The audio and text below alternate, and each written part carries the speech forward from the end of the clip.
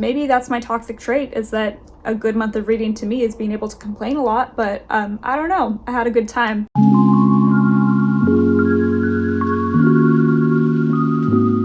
Hello everyone and welcome back to my channel. My name is Abby and today I'm going to be doing my February reading wrap-up. I read 7 books this month, most of which were for vlogs that I did, so if at any point you're wanting more information on any of these books, feel free to check out the vlogs that I did for them. I will link them down below. But because I came away with some opinions on some books this month, it is best that we just dive right in. Starting with A Keeper by Graham Norton. Now, I always go in chronological order with my books. I don't do like a ranking as I'm talking, but I wouldn't be upset if anybody watched this video and came away saying that because I brought this book up first, it was the book I liked the least. But what is this doozy of a book about? The synopsis on Goodreads is pretty sparse, and for good reason, because I think that this book gave itself a bit of a time in terms of marketing. But we're following Elizabeth, who is returning to her native Ireland after her mother has passed away to, you know, sort through affairs. While there, she finds a bunch of letters and their correspondences between her mother and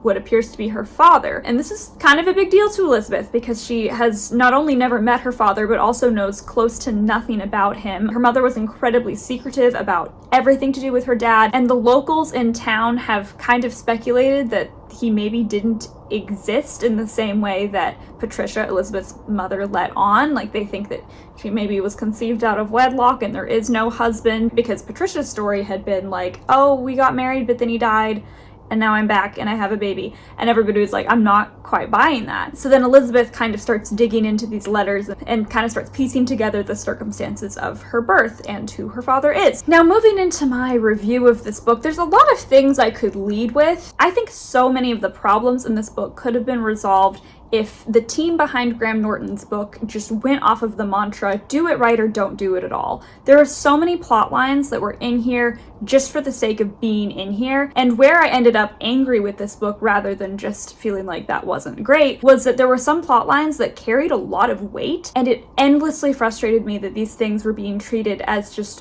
one other thing to, you know, entice the readers and keep them reading. It was very Lifetime movie. And this is where I'm going to get into spoilers because it's going to be hard for me to talk about why I was so mad at this book without spoilers. There is a subplot in this book where Elizabeth gets a phone call from her ex-husband who tells her, like, hey, you need to talk to our son. Like, things, yikes, talk to our son. Her son is like 17, and she finds out that his adult math teacher is pregnant and it's his baby.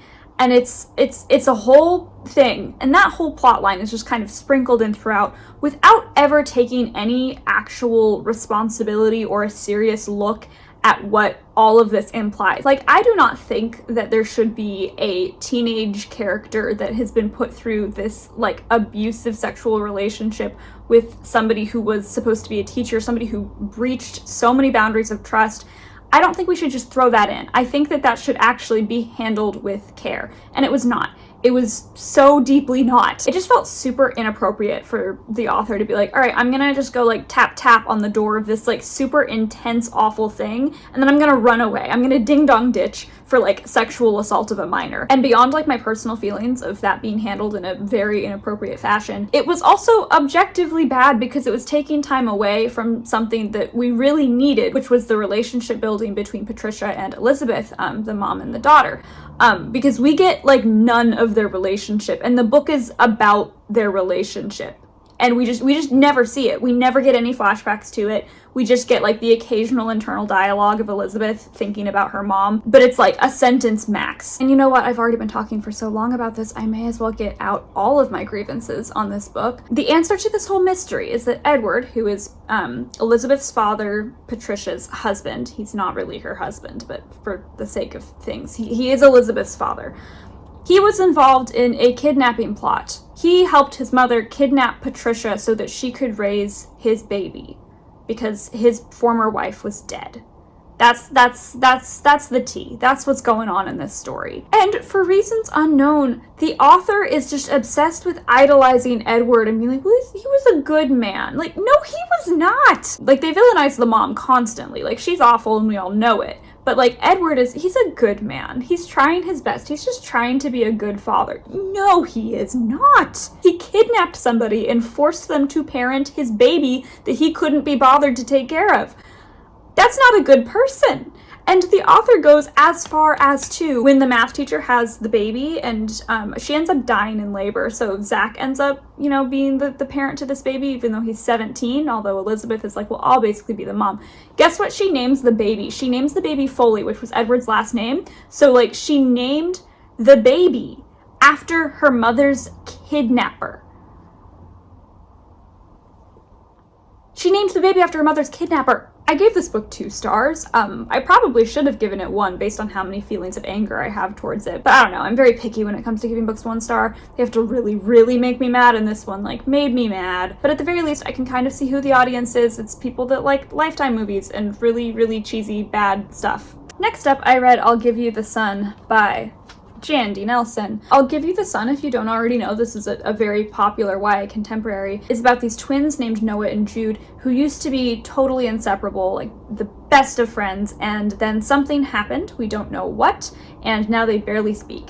And this story is told through both of their perspectives, but Noah is the one that's telling their story from before they're kind of falling out or whatever happened, and Jude is telling the story after. And then we kind of slowly come towards the middle and realize what went down. This book started so strong, like 5-star potential strong. The writing is really unique and entertaining. The characters are super compelling. There were so many plot elements that I was super excited to dive into. Like, it could not have started better for me.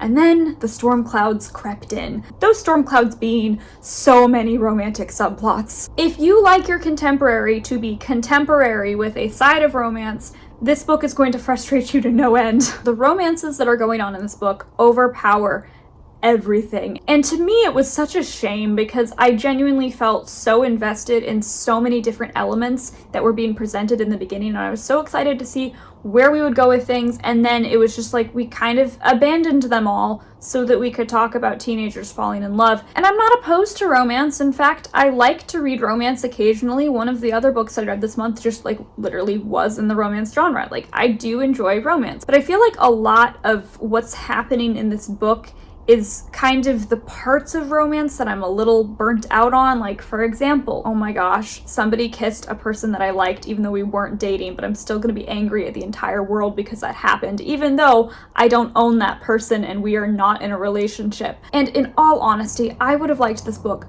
so much better if one of the relationships was platonic. Jude and Oscar stans, please stay away, don't be mad at me, but I hated their relationship. I hated it so much. I thought it was gross. He was 19 and there was a whole like thing with Jude's character. She had been through some really negative experiences sexually with older boys who had kind of taken advantage of her, and then we just stick her with a 19-year-old when she's 16 and still very clearly 16 and has a very 16-year-old mindset. I think it's gross. I think it's gross. I didn't like it. And I would have been more okay with it if it had taken up less time, but it took up the entire book. And I feel like we just lost the ability to have so many really good conversations. I feel like there were so many seeds planted and none of it actually came to anything because we were just so invested in how cute Oscar was. It just was not a love match for me. I'm giving it 3 stars because objectively, I think it's a pretty good book. I honestly think it would have been better if the romance had taken a little bit more of a backseat, if it had just chilled just a tiny bit. But I can understand that most of my opinions on this book are really subjective, and it is just me being like, I don't care about how much these teenagers love one another. Next up we have Laura Dean Keeps Breaking Up With Me, which I read on February 10th. This is a graphic novel, as you can see from the graphicness of it. It's following a girl named Freddie as she's navigating this toxic relationship as a queer teen. And I thought this was great. I had seen quite a few negative reviews on this book, and I have to say, I actually take issue with a lot of what those reviews are saying. Obviously, I'm not going to argue with anyone's subjective opinion. I'm not going to try and change anybody's mind. If they didn't like a book, they didn't like a book. But a lot of people were criticizing this book because they felt like Freddie, the main girl,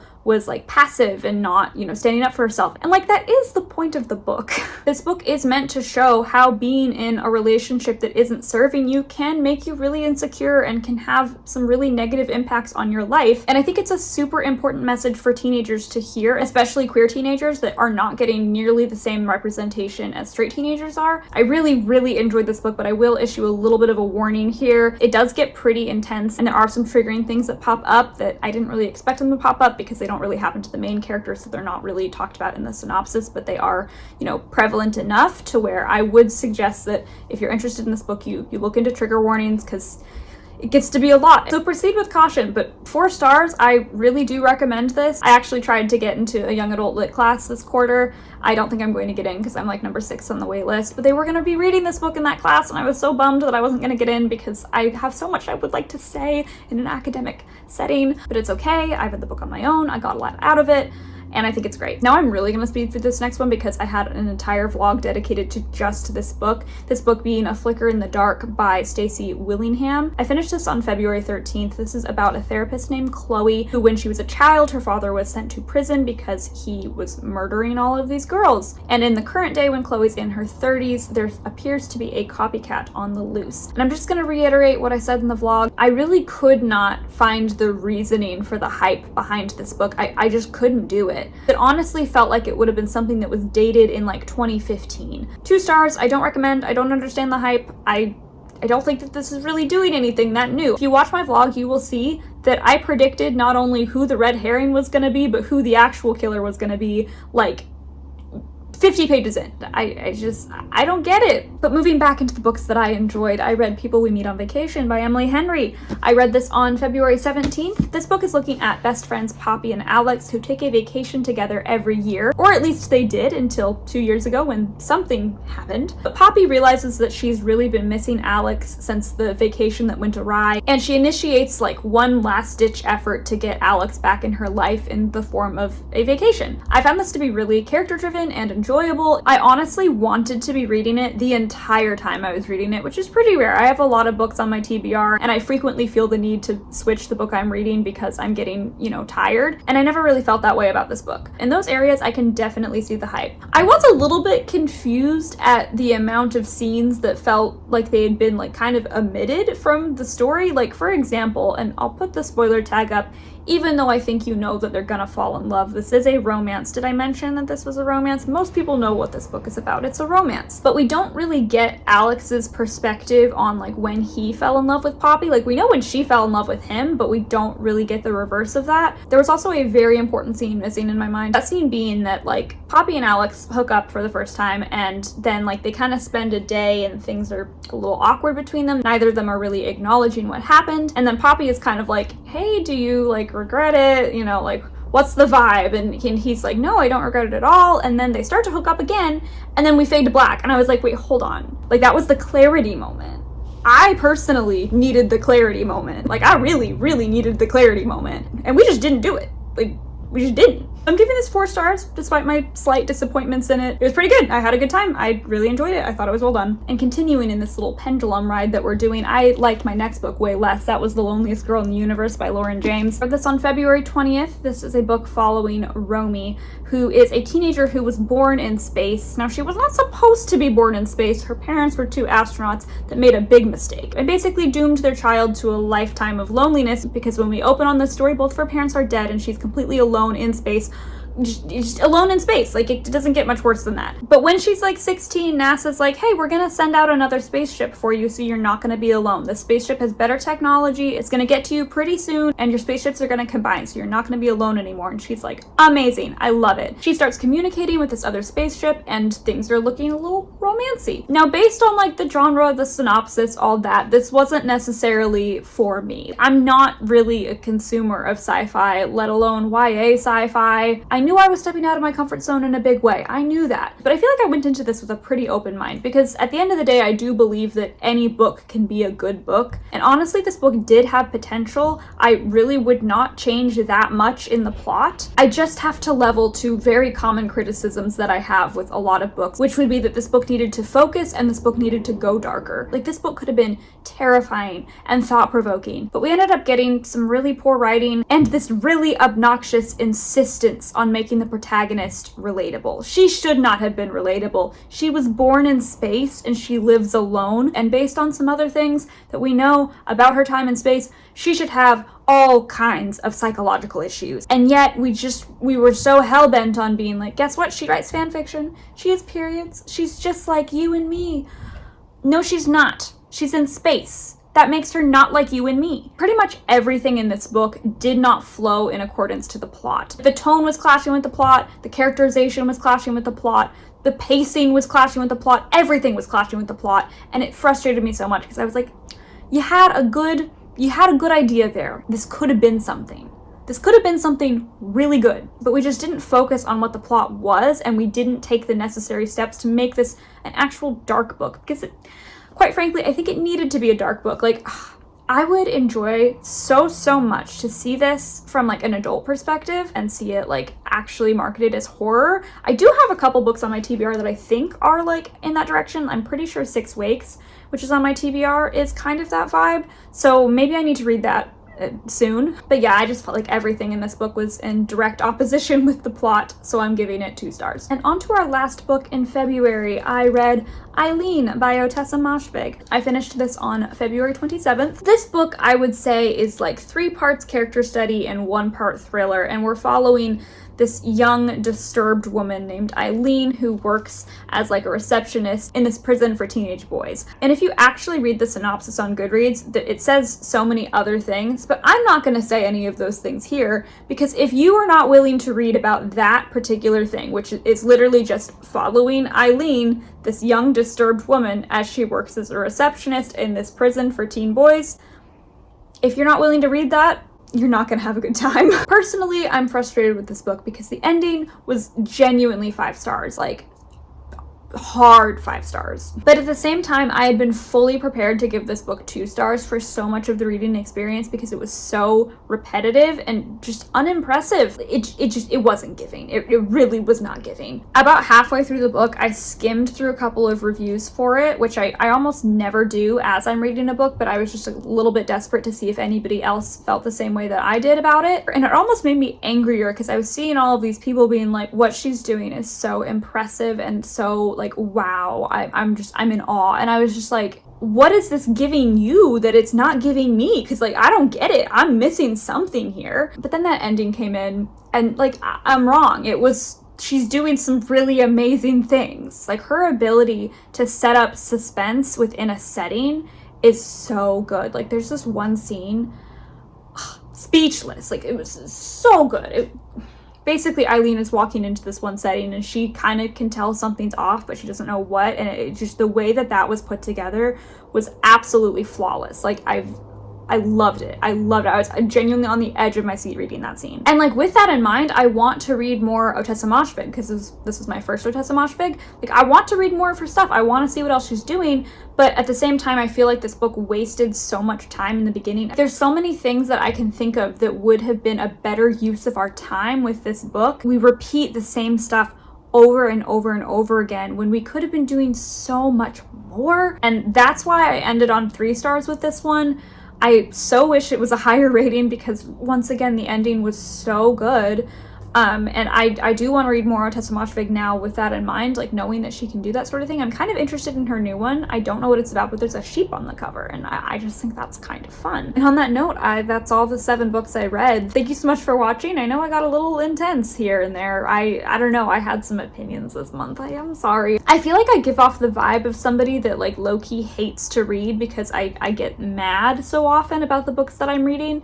But I feel the need to say, I genuinely enjoy disliking books as much as I enjoy liking books. Like, to me, so much of the reading experience is, you know, critiquing a book and thinking about the ways that it failed. So I feel like I had a great month of reading because I had stuff to say about every single book that I picked up. And maybe that's my toxic trait, is that a good month of reading to me is being able to complain a lot. But I don't know. I had a good time. Thank you so much for watching, and I'll see you again soon.